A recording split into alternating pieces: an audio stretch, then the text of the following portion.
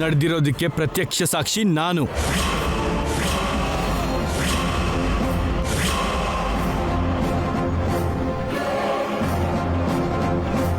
ನೀವು ಗೌರಮ್ಮ ಅಂಗಳದಲ್ಲಿ ಮಾತಾಡಿದ್ದೀನ ನಾನು ಕೇಳಿಸ್ಕೊಂಡೆ.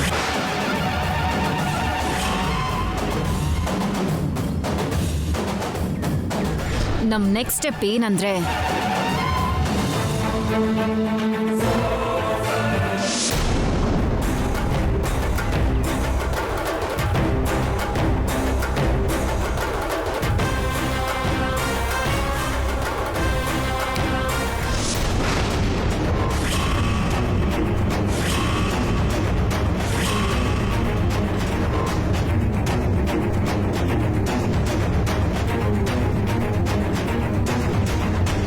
ಗೌರಮ್ಮ ನಿಮ್ಮ ಹ್ಯಾಂಡ್ ಬ್ಯಾಗಲ್ಲಿರೋ ದುಡ್ಡು ತೆಗೆದು ಶ್ಯಾಮ ರೂಮಲ್ಲಿದ್ದ ಬಾಕ್ಸ್ನಲ್ಲಿಟ್ಟಿದ್ದು ನಾನು ಕಣ್ಣಾರೆ ನೋಡಿದ್ದೀನಿ.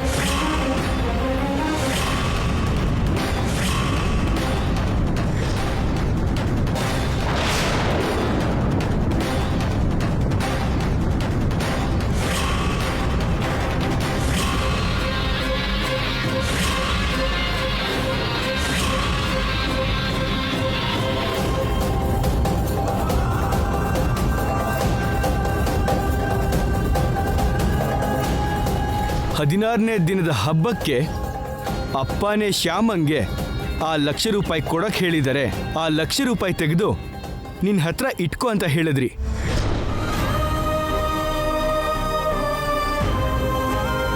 ಇವರು ಇದನ್ನೆಲ್ಲ ನನಗೋಸ್ಕರ ಮಾಡಿದ್ರಾ?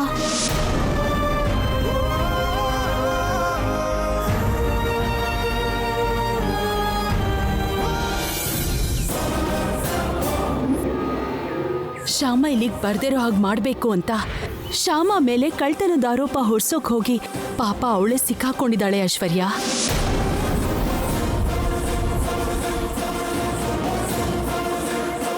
ಈಗೇನಂತೀಯ ಐಶ್ವರ್ಯ? ಅಖಿಲ್ ನಿನ್ ಮೇಲೆ ಆಪಾದನೆ ಮಾಡ್ದ, ನೀನ್ ಶ್ಯಾಮನ್ ಮೇಲೆ ಆಪಾದನೆ ಮಾಡ್ದ. ಅಖಿಲ್ ಎಲ್ರ ಮುಂದೆ ನಿನ್ಗೆ ಅವಮಾನ ಮಾಡ್ದ ಅಥವಾ ನೀನ್ ಎಲ್ರ ಮುಂದೆ ಶ್ಯಾಮನ್ಗೆ ಅವಮಾನ ಮಾಡ್ದ?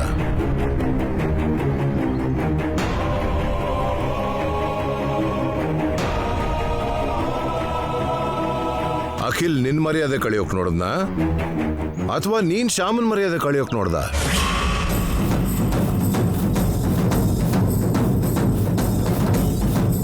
ಈ ಆನಂದ ಗಜಪತಿ ಕುಟುಂಬದವರೆಲ್ಲ ಈ ರೀತಿ ತಲೆ ತಗ್ಗಿಸ್ಬೇಕು ಅನ್ನೋ ಪರಿಸ್ಥಿತಿ ಬರುತ್ತೆ ಅಂತ ನಾನು ಯಾವತ್ತೂ ಅನ್ಕೊಂಡಿರಲಿಲ್ಲ.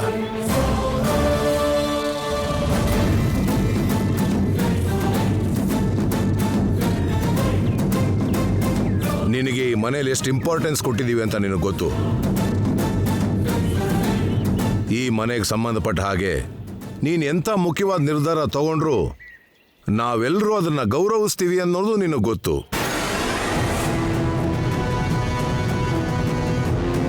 ಮನೆ ಹಿರಿ ಸೊಸೆ ವೈದೇಹಿ ಆದ್ರೂ ನೀನು ಓದಿರೋಳು, ತಿಳುವಳಿಕೆ ಇರೋಳು ಅಂತ ನಂಬಿ ದೊಡ್ಡ ಸೊಸೆ ಮಾಡಬೇಕಾಗಿರೋ ಕೆಲಸಗಳನ್ನೆಲ್ಲ ನಿನಗೆ ವಹಿಸಿದೀವಿ ಅಂತಾನೂ ನಿನಗೆ ಗೊತ್ತು.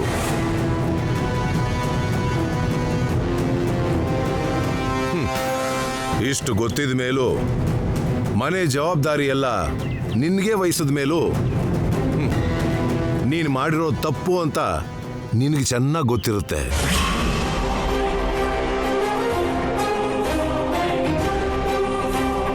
ನೀನು ಮಾಡ್ತಿರೋ ತಪ್ಪು ಅಂತ ಗೊತ್ತಾದ ಮೇಲೂ ನೀನು ಹೀಗೆ ಮಾಡಿದ್ಯಾ ಅಂದ್ರೆ ಇದ್ರ ಹಿಂದೆ ಬೇರೆಯವ್ರು ಯಾರ್ದೋ ಕೈವಾಡ ಇದೆ.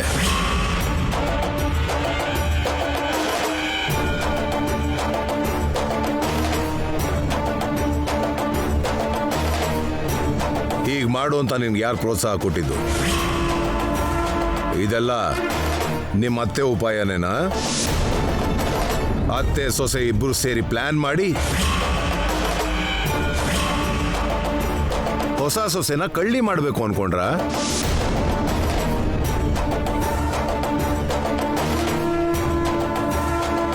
ಹೇಳು, ನಿಜ ಹೇಳು, ಇದೆಲ್ಲ ಅತ್ತೆ ಸೊಸೆ ಸೇರಿ ಪ್ಲಾನ್ ಮಾಡಿ ತಾನೆ?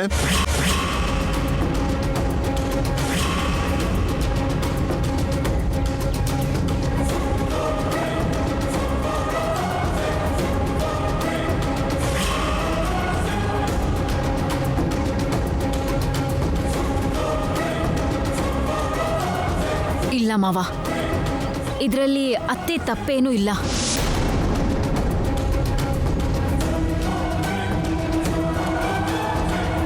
ನಾನು ಹಾಗೆ ಮಾಡ್ತಿರೋ ವಿಷಯ ಅತ್ತೆಗೆ ಸ್ವಲ್ಪನೂ ಗೊತ್ತಿರಲಿಲ್ಲ.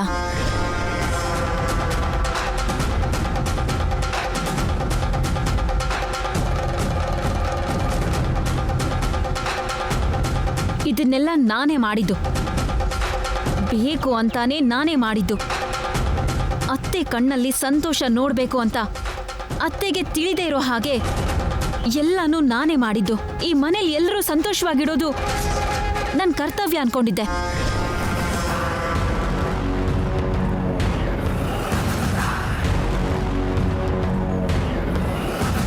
ಅದಕ್ಕೋಸ್ಕರ ನನ್ನ ಪ್ರಾಣನ ಕೊಡೋದಕ್ಕೂ ನಾನು ಸಿದ್ಧವಾಗಿರ್ಬೇಕು ಅನ್ಕೊಂಡೆ. ಶ್ಯಾಮ ಏನೋ ಈ ಮನೆಗೆ ಸೊಸೆಯಾಗಿ ಬಂದ್ಲು, ಆಮೇಲೆ ಈ ಮನೆ ಪರಿಸ್ಥಿತಿನೇ ಬದಲಾಗೋಯ್ತು.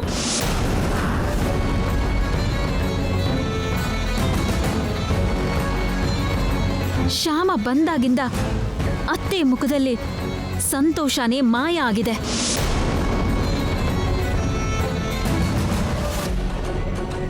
ಅತ್ತೆ ಮನ್ಸಲ್ಲಿ ನೋವೇ ತುಂಬಿಕೊಂಡಿದೆ.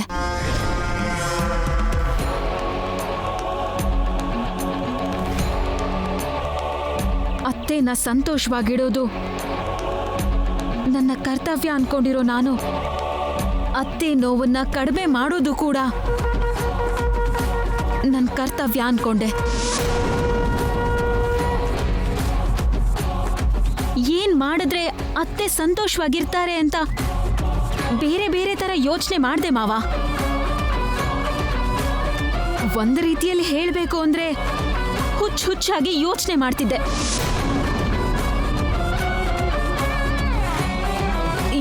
ಏನ್ ಮಾಡಿದ್ರು ಸರಿ ಅತ್ತೆನ ಸಂತೋಷ ಪಡಿಸ್ಬೇಕು ಅಂತ ಅನ್ಕೊಂಡೆ.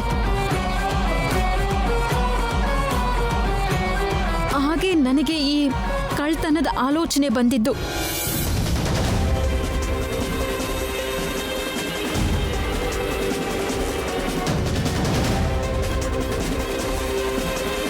ತವ್ರ ಮನೆ ಹಬ್ಬಕ್ಕೆ ಹೋದಾಗ ಶ್ಯಾಮನ್ನ ಎಲ್ಲರ ಮುಂದೆ ಕಳ್ಳಿ ಅಂತ ಅವಮಾನ ಮಾಡಿದ್ರೆ ಆ ಅವಮಾನದಿಂದ ಶ್ಯಾಮ ಮತ್ತೆ ಈ ಮನೆಗೆ ಬರಲ್ಲ ಅಂತ ಅನ್ಕೊಂಡಿದ್ದೆ.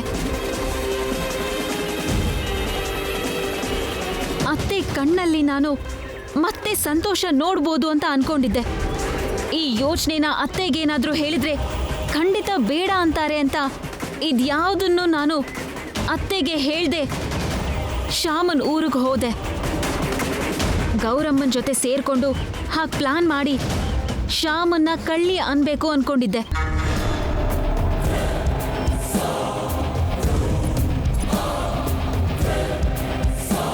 ಕೇವಲ ನಮ್ಮತ್ತೆ ಸಂತೋಷವಾಗಿರ್ಬೇಕು ಅನ್ನೋ ಸ್ವಾರ್ಥಕ್ಕೋಸ್ಕರ ಹೀಗೆ ಮಾಡಿದ್ನೆ ಹೊರತು ಶ್ಯಾಮನ್ ಮೇಲೆ ನಂಗೆ ಯಾವ ದ್ವೇಷನೂ ಇಲ್ಲ ಮಾವ.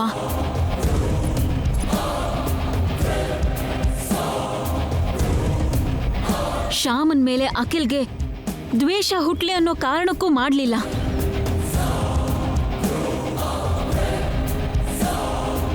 ನನಗೊತ್ತು ಹೀಗೆ ಮಾಡೋದು ತಪ್ಪು ಅಂತ ನನಗೊತ್ತು.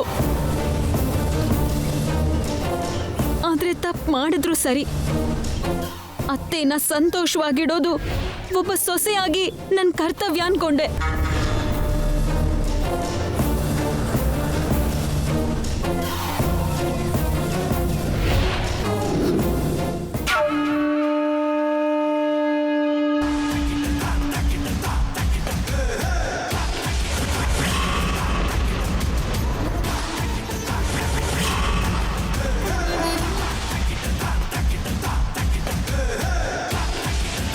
ಅಖಿಲ್, ನಡೆದಿರೋದಕ್ಕೆ ನಿನ್ನ ಅತ್ತೆ ಮನೆಯಲ್ಲಿ ಎಲ್ಲರ ಮುಂದೆ ಸಾರಿ ಕೇಳು ಅಂತ ನೀನು ಹಠ ಹಿಡ್ದೆ.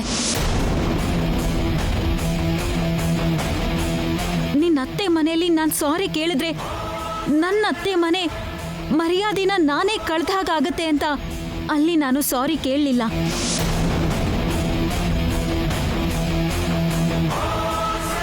ಈಗ ಕೇಳ್ತೀನಿ, ನನ್ನ ಅತ್ತೆ ಮನೇಲಿ ನನ್ನ ಅತ್ತೆ ಮಾವನ ಮುಂದೆ ಸಾರಿ ಕೇಳ್ತೀನಿ.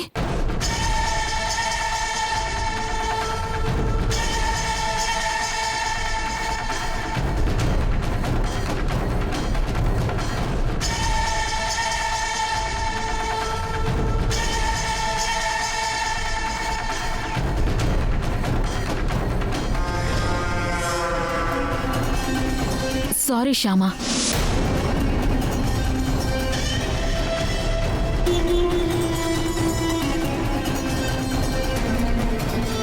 ಐ ಆಮ್ ಎಕ್ಸ್ಟ್ರೀಮ್ಲಿ ಸಾರಿ.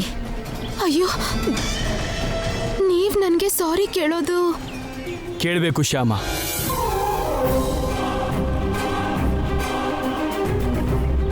ತಪ್ಪು ಚಿಕ್ಕವ್ರ ಕಡೆಯಿಂದನೇ ಆದರೂ ದೊಡ್ಡವ್ರ ಕಡೆಯಿಂದನೇ ಆದರೂ ತಪ್ಪು ಮಾಡಿದ್ಮೇಲೆ ಸಾರಿ ಕೇಳಬೇಕು.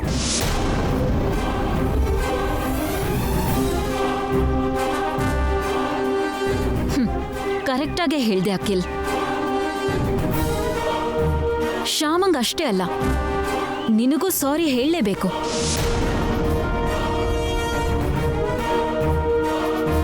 ನಿನ್ ಜೊತೆಗೆ ಮನೆಯವರಿಗೂ ಕೂಡ ಸಾರಿ ಕೇಳಬೇಕು.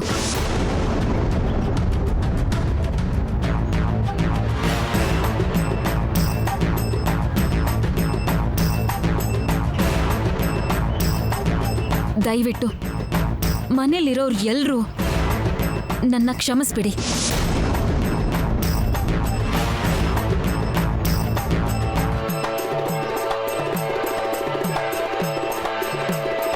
ಐಶ್ವರ್ಯ, ಏನಿದಲ್ಲ?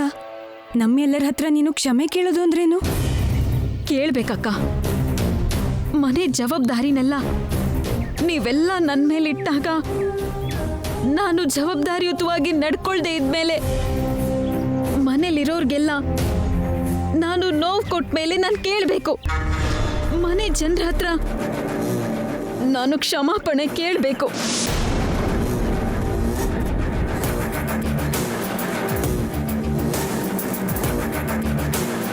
ಮಾವ, ನೀವು ಈ ಮನೆಗೆ ದೊಡ್ಡವರು. ನೀವು ನನ್ನನ್ನು ಕ್ಷಮಿಸಿದ್ರೆ ಮನೆಯವರೆಲ್ಲರೂ ನನ್ನನ್ನು ಕ್ಷಮಿಸಿದ ಹಾಗೆ ಆಗತ್ತೆ.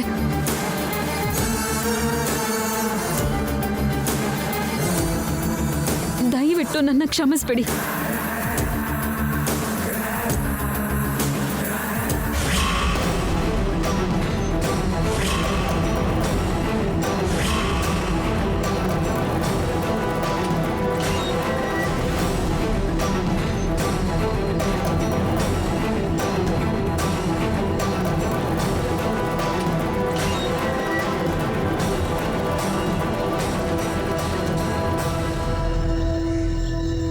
ಕೆಲವು ತಪ್ಪುಗಳನ್ನ ಕ್ಷಮಿಸಬಾರ್ದು.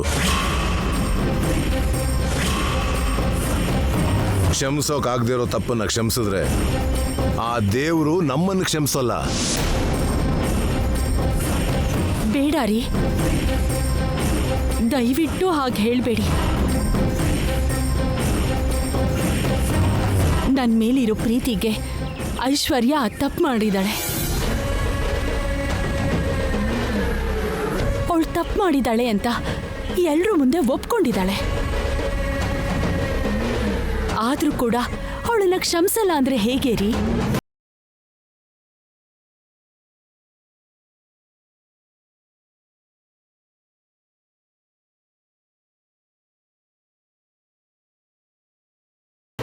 ಮಾವ, ಮಧ್ಯದಲ್ಲಿ ಮಾತಾಡ್ತಿರೋದಕ್ಕೆ ಕ್ಷಮಿಸ್ಬಿಡಿ.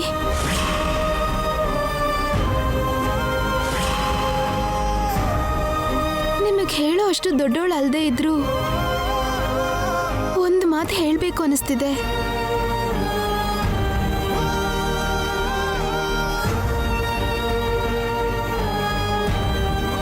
ಐಶ್ವರ್ಯ ಅಕ್ಕ ನನ್ನ ಮೇಲಿರೋ ಕೋಪಕ್ಕೋ ದ್ವೇಷಕ್ಕೋ ಹೀಗೆ ಮಾಡಿ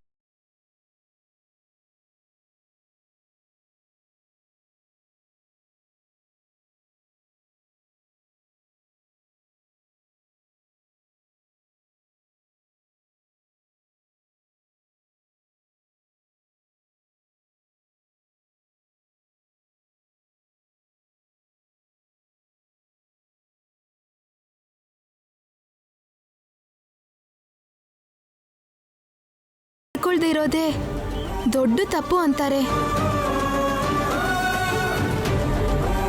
ಐಶ್ವರ್ಯ ಅಕ್ಕ ಅವ್ರ ತಪ್ಪನ್ನ ಅರ್ಥ ಮಾಡ್ಕೊಂಡಿದ್ದಾರೆ. ಪಶ್ಚಾತ್ತಾಪ ಆಗಿ ಅಳ್ತಿದ್ದಾರೆ. ಚಿಕ್ಕವಳಾಗಿರೋ ನನ್ನಿಂದ ಹಿಡಿದು ಮನೆಗೆ ಹಿರಿಯರಾಗಿರೋ ನಿಮ್ ತನಕ ಪ್ರತಿಯೊಬ್ರನ್ನು ಕ್ಷಮಿಸಿ ಅಂತ ಕೇಳ್ತಿದ್ದಾರೆ.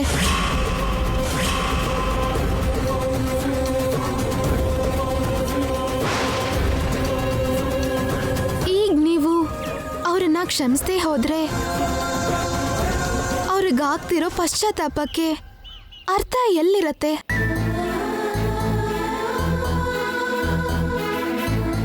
ಆ ಪಶ್ಚಾತ್ತಾಪಕ್ಕೆ ಬೆಲೆ ಎಲ್ಲಿರತ್ತೆ? ಯೋಚನೆ ಮಾಡಿ ಮಾವ. ದಯವಿಟ್ಟು ಐಶ್ವರ್ಯ ಅಕ್ಕನ್ನ ಕ್ಷಮಿಸ್ಬಿಡಿ.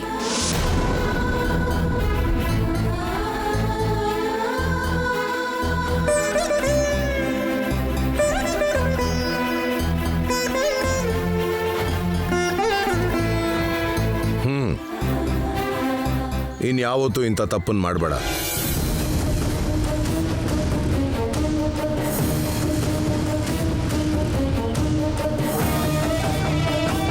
ಯಾರನ್ನೋ ಸಂತೋಷ ಪಡಿಸ್ಬೇಕಾದ್ರೂ ಸರಿ, ಇಂಥ ತಪ್ಪನ್ನು ಮಾಡಬೇಡ.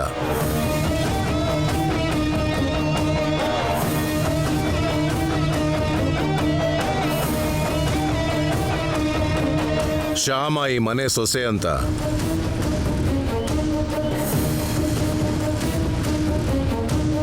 ಮಾವನವರೇ ನಿರ್ಧಾರ ಮಾಡಿದ್ಮೇಲೆ ಅವ್ರ ನಿರ್ಧಾರನ ಮನೆಯಲ್ಲಿರೋರು ಎಲ್ಲರೂ ಗೌರವಿಸ್ಬೇಕು. ಮನೆ ಸೊಸೆ ಆಗಿರೋ ಶ್ಯಾಮನ್ನ ಮನೆಯವರೆಲ್ಲರೂ ಗೌರವಿಸ್ಲೇಬೇಕು.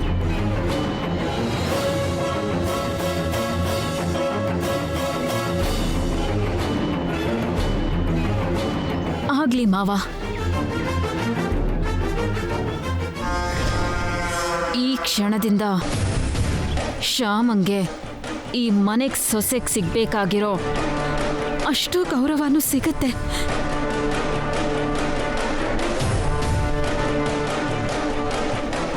ಈ ಕ್ಷಣದಿಂದ ನನಗೆ ವೈದೇಹಿ ಅಕ್ಕ ಹೇಗೋ, ಶ್ಯಾಮ ಕೂಡ ಹಾಗೆ.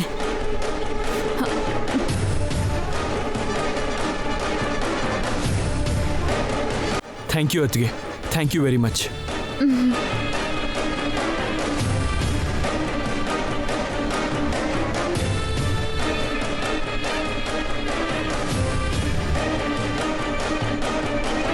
ಇಷ್ಟು ವರ್ಷಗಳ ಕಾಲ ಈ ಮನೇಲಿ ಮಹಾರಾಣಿ ಥರ ಮೆರೆತಿದ್ದ ನನಗೆ ಇಷ್ಟೊಂದು ಅವಮಾನ ಮಾಡಿದ್ಯಲ್ಲ. ಈ ಕ್ಷಣದಿಂದ ನೀನು ನನ್ನ ಮೊದಲನೇ ಶತ್ರು.